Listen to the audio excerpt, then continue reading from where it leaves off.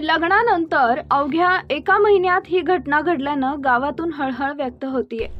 वाडेगाव येथील निखिल घोंगडे यांचा 5 डिसेंबर 2024 रोजी अनिता हिच्याशी थाटामाटात विवाह झाला होता। घरी मंगल कार्य झाल्यामुळे घरात आनंदाचं वातावरण होतं। दरम्यान मंगळवार दिनांक 7 रोजी निखिलचं अल्पशा आजारानं निधन झालं। त्यामुळे पत्नी अनिता हिला मानसिक धक्का बसल्यानं ती निशब्द होती। बुधवारी निखिल यांच्यावर अंतिम संस्कार करण्यात आले। रात्री घोंगडे कुटुंबीय आणि अनिता असे सर्वजण घरात झोपले होते। गुरुवारी पहाटे 4:30च्या सुमारास अनिता हिनं पतीच्या मृत्यूचा विरह सहन न झाल्यानं झोपेतून उठून घराच्या पाठीमागील पत्रा शेडमधील लोखंडी अँगलला ओढीनं आपली जीवन यात्रा संपवून घेतली।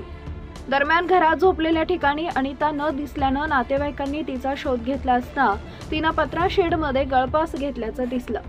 नातेवाईकांनी तिला खाली उतरवून तातडीनं सांगोला ग्रामीण रुग्णालयात दाखल केले असता डॉक्टरांनी तपासून तिचा मृत्यू झाल्याचे सांगितले। सांगलीतील मिरज तालुक्यातील मालगाव येथील निखिलची आत्या वंदना शिरसावड यांची अनिता ही मुलगी होय, तर निखिल मामा दिगंबर घोंगडे यांचा मुलगा होता।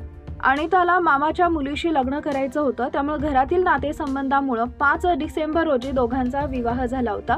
मात्र अवघ्या 1 महिन्यातच त्यांच्या संसाराला दृष्ट लागली। निखिल घोंगडे याच्या वयाच्या 6व्या वर्षापासून दोन्ही किडन्या निकाम्या झाल्या होत्या।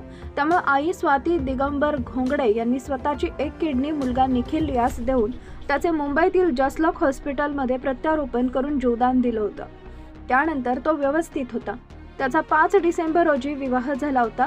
लग्नानंतर 6 जानेवारी रोजी त्याला डेंग्यूचा ताप आला म्हणून पुन्हा जसलोक हॉस्पिटलमध्ये दाखल केले। त्या ठिकाणी निमोनिया आणि रक्तात कावीळ उतरल्याचं निदान झालं। उपचारादरम्यान त्याचा मृत्यू झाला।